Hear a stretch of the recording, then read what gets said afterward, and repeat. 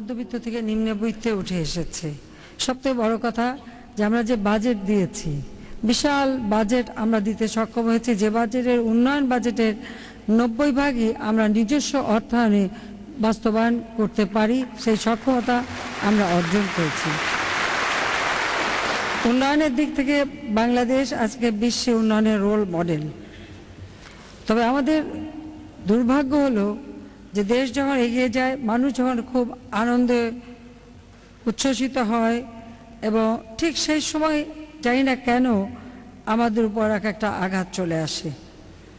আমি জানি আপনারা সকলে খুব উদ্বিগ্নের সাথে রয়েছেন যে গতকালকে রাত্রেবেলা ঠিক এশা নামাজের পরপর কিছু সন্ত্রাসী তারা গুলশানে একটি রেস্টুরেন্ট, যেটা হলি আর্টিজান রেস্টুরেন্ট নামে পরিচিত, সেই রেস্টুরেন্টে ঢুকে সেখানে যারা ছিল তাদেরকে জিম্মি করে ফেলে।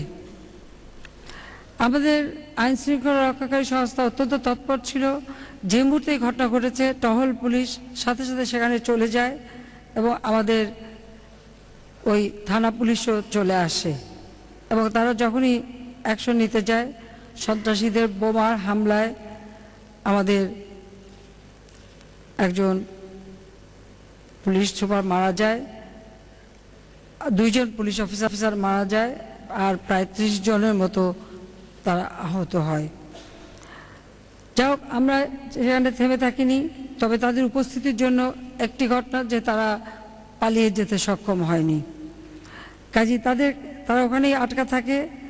এর মাঝে আমরা আমাদের সেনাবাহিনীকে ডাকি, এবং সেনাবাহিনীর যে প্রথম পাড়া কমান্ডো ব্যাটালিয়ান, সিলেট থেকে সেই ব্যাটালিয়ান আনা হয়, সাভার থেকে কমান্ডো নিয়ে আসা হয়, ঢাকা ক্যান্টনমেন্ট থেকে কমান্ডো আসে, আমাদের সেনাবাহিনী আসে, এদিকে আমাদের পুলিশ, র্যাব, বিজিবি তারাও সেখানে সকলে প্রস্তুত থাকে, এবং কিভাবে এই জিম্মিদের উদ্ধার করা, এদের হাত থেকে মানুষকে বাঁচানো আর এই সন্ত্রাসীদেরকে দমন করা, তার পরিকল্পনা আমরা নেই।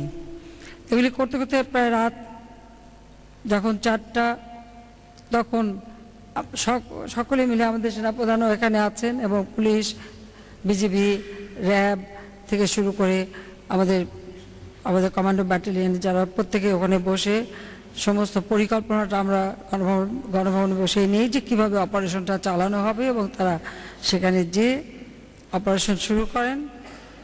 এবং এই অপারেশনের মাধ্যমে এটাই সুখের কথা যে আমাদের 10 ঘন্টাও সময় লাগেনি, তার আগেই আমরা এই জিম্মিদের উপর আক্রমণ চালাতে সক্ষম হই, এবং সেখানে যারা আমাদের জঙ্গিদের উপরে এবং সন্ত্রাসীদের উপরে আমরা আক্রমণ চালাতে সক্ষম হই, এবং যারা জিম্মি ছিল আমরা 13 জনকে বাঁচাতে পেরেছি, বাকি কয়েকজন হয়তো বাঁচাতে পারিনি, কয়েকজন আহত অবস্থায় সিএমএইচের চিকিৎসাধীন আছে। আর যারা এই সন্ত্রাসী তাদের 6 জনই ওখানে অন দ্য স্পট মৃত্যুবরণ করে, তাদেরকে হত্যা করা হয়, তারা সেখানেই মারা যায়, 1 জন ধরা পড়েছে।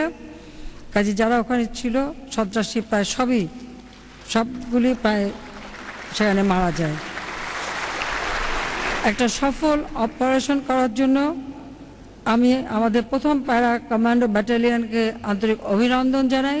সেই সাথে অভিনন্দন জানাই আমাদের নেভি, আমাদের সেনাবাহিনী, নেভি, পুলিশ, র্যাব, বিজিবি, আমাদের বিমান বাহিনী সকলকেই, কারণ এই যে ক্ষেত্রে সকলে একত্রিত হয়ে সারা রাত কষ্ট করে এই অপারেশনটা চালানোর ফলেই এত অল্প সময়ের মধ্যে আমরা এই সন্ত্রাসীদেরকে খতম করতে সক্ষম হয়েছি।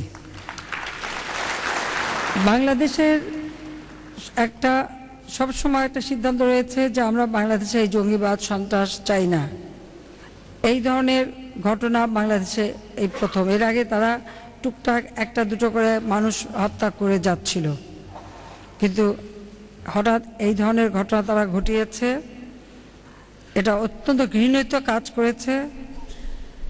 যারা এইভাবে জঙ্গি হয়ে ঢুকলো, সন্ত্রাসী হয়ে ঢুকলো এবং যারা এইভাবে মানুষকে হত্যা করলো, তারা নিজেরাও বাঁচতে পারলো না।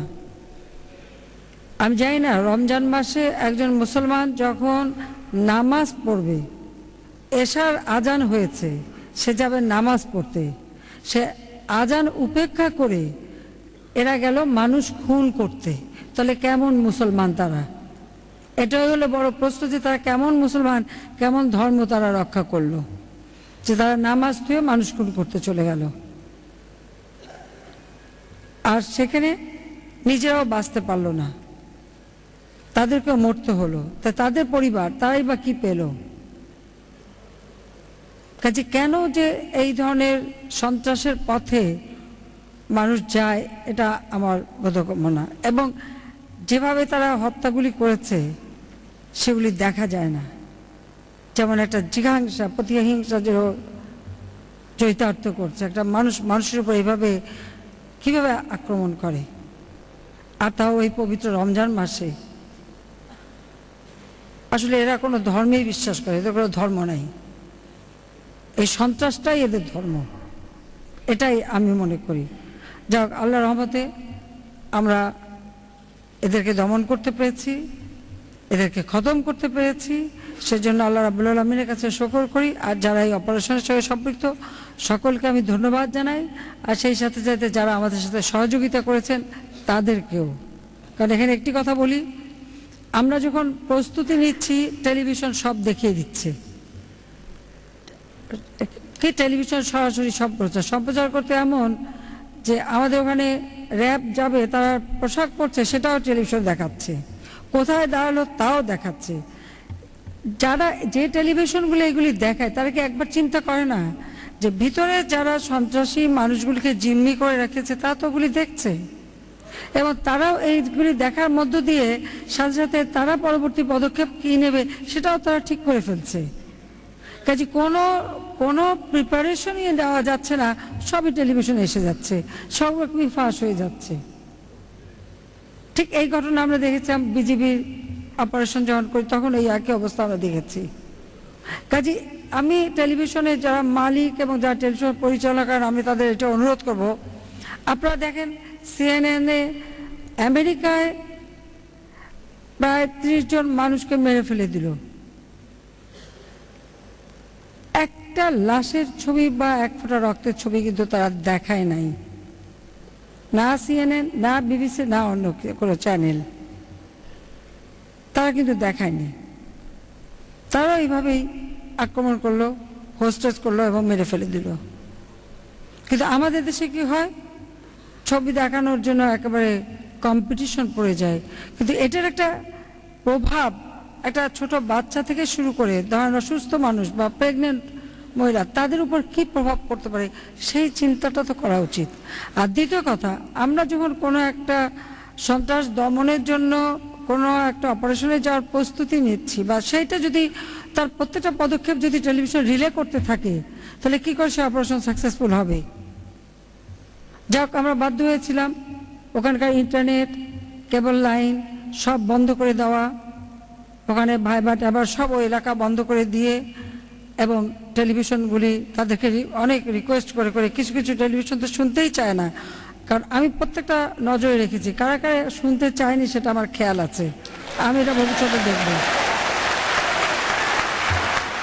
কারণ এই প্রাইভেট টিভি চ্যানেল আমারই দেওয়া, আমার হাতে দেওয়া, আমি দিতেও যেমন পারি নিতেও তেমন পারি।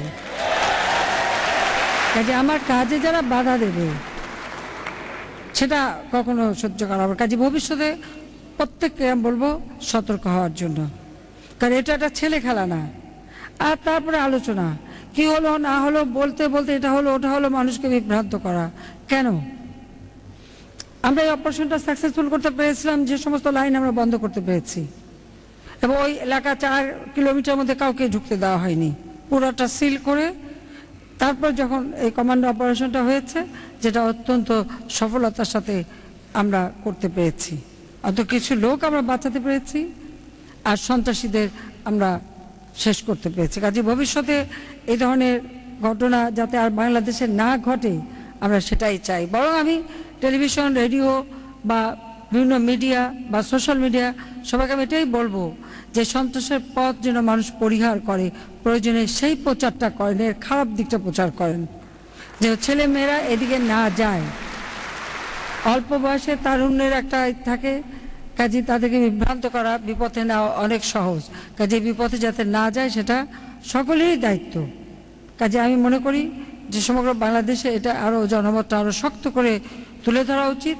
আর এই ধরনের সন্ত্রাসী কর্মকাণ্ডে যারাই জড়িত থাকবে, এখানে জনগণকেই প্রতিরোধ গড়ে তুলতে হবে। জনগণ প্রতিরোধ গড়ে তুললেই কিন্তু এটা থামবে।